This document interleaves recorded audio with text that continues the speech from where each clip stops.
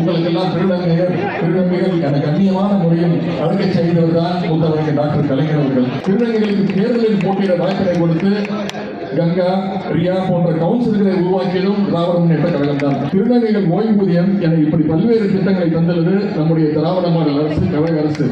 இந்த ஆட்சி அமைந்ததுமே திருநங்கையருக்கு கட்டணமில்லா பேருந்து திட்டம் அமல்படுத்தப்பட்டது. திருநங்கையருக்கு ஓய்வூதியமாக 1000 ரூபாயிலிருந்து 1500 ரூபாய் உயர்த்தி தரப்பட்டுள்ளது. திராவிட முன்னேற்ற கழகத்திற்கு திருநங்கைகளுடைய நலனில் எப்பொழுதுமே தனி அக்கறை உண்டு. மாலை வணக்கத்தை தெரிவித்துக் கொண்டேன். இந்த கூவாகம் நிகழ்ச்சி ஆண்டுதோறும் மிகச் சிறப்பாக இங்கே நடைபெற்று வருகிறது. இந்த ஆண்டு உங்களோடு சேர்ந்து இந்த நிகழ்ச்சியிலே பங்கு பெறுவது எனக்கு மிக மகிழ்ச்சி தருகின்றது. கடந்த வாரம் தான் முதலமைச்சருடைய கல ஆய்வு திட்டத்திற்கு சுற்றுப்பயணமாக இதே விழுப்புரத்திற்கு வந்திருந்தேன். மீண்டும் அதே விழுப்புரத்திற்கு வந்திருக்கிறேன் என்றால் இதையெல்லாம் காண்பதற்காகத்தான் நான் இங்கே வந்திருக்கிறேன் என்பதை நான் தெரிவித்துக் கொள்ள விரும்புகின்றேன். உங்களுக்கெல்லாம் ஒரு அண்ணனாக உங்களுடைய குடும்பத்தில் ஒருவனாகத்தான் நான் இந்த நிகழ்ச்சியை கலந்து கொள்ள வந்திருக்கிறேன். இதை சிறப்பாக ஏற்பாடு செய்திருக்கக்கூடிய தென்னிந்திய திருநங்கை கூட்டமைப்பு, தமிழ்நாடு அரசு சமூக நலத்துறை மற்றும் தமிழ்நாடு எய்ட்ஸ் கட்டுப்பாட்டு சங்கம் உள்ளிட்டவற்றுக்கு என்னுடைய வாழ்த்துக்களை தெரிவித்துக் கொள்கின்றேன்.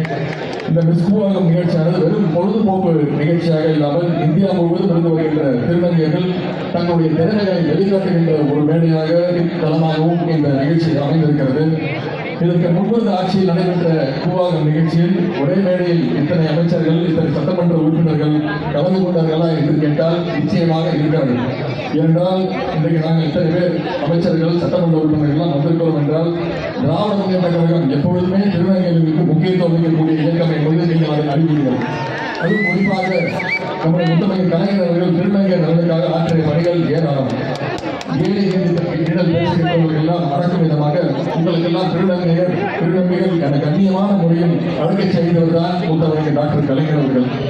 முன்பெல்லாம் கல்வி, வேலை வாய்ப்புக்கான விண்ணப்பங்களில் ஆண், பெண் என்ற இரு தலைவர் மட்டும்தான் இருக்கும்.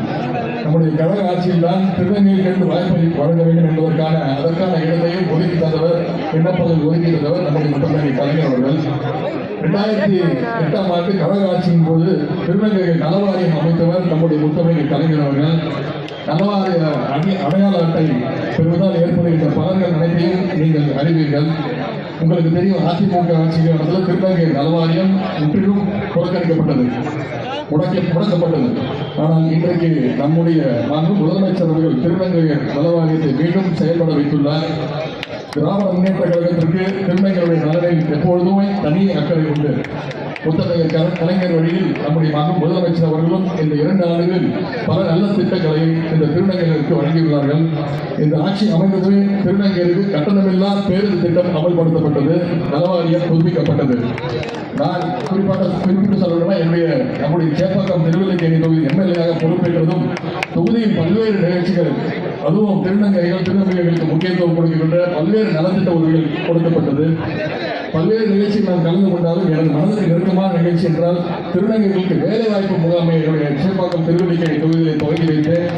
குறிப்பாக என்னுடைய தொகுதியில் இருக்கக்கூடிய அத்தனை திருநங்கைகளுக்கும் அடையாள அட்டை வழங்கி அவர்களுக்கான வாழ்வாதார உறுதி செய்தோம்.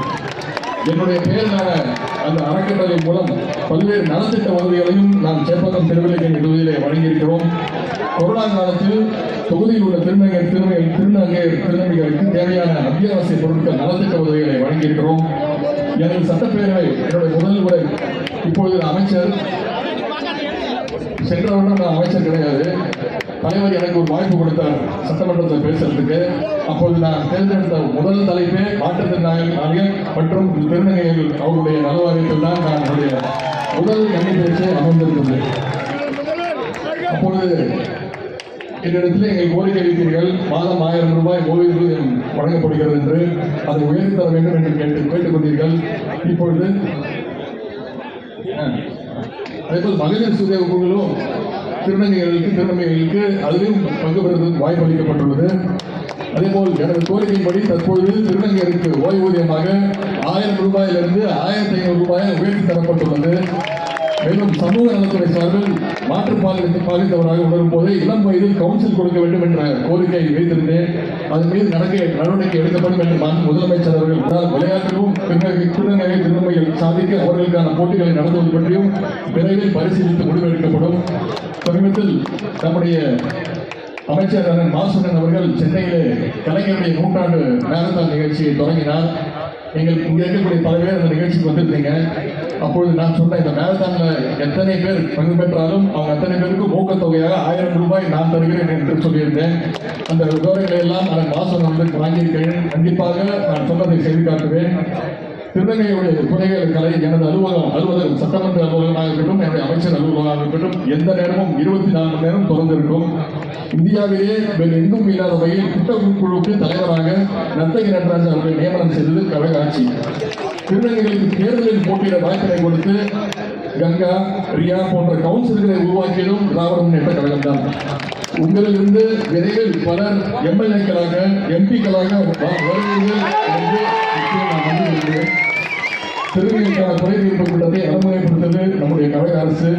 திருநங்கைகளுக்கு தொழில் பயிற்சி, சுயதொழில் தொடங்கிட கடன் உதவி, 5 திருநங்கைகளுக்கு ஒரு சிறப்பு சுயஉதவி குழு, திருநங்கைகளுக்கு அரசு பணி, திருநங்கைகளுக்கு பெரியார் நினைவு சமத்துவ பதங்களில் இட ஒதுக்கீடு வீடு, மருத்துவமனைகளில் திருநங்கைகளுக்கு தனி சிறப்பு வார்டு, திருநங்கைகள் பெயர் மாற்றம் செய்து கொள்வதற்கு ஏதுவாக இலவச வசதி, திருநங்கைகள் உயர்கல்வியை உறுதி செய்ய சென்னை பல்கலைக்கழகம் மற்றும் அதன் உறுப்பு கல்லூரி தலா ஓரிடம், திருநங்கைகள் ஓய்வூதியம் என இப்படி பல்வேறு திட்டங்களை தந்துள்ளது நம்முடைய திராவிட மாடல் அரசு கழக அரசு.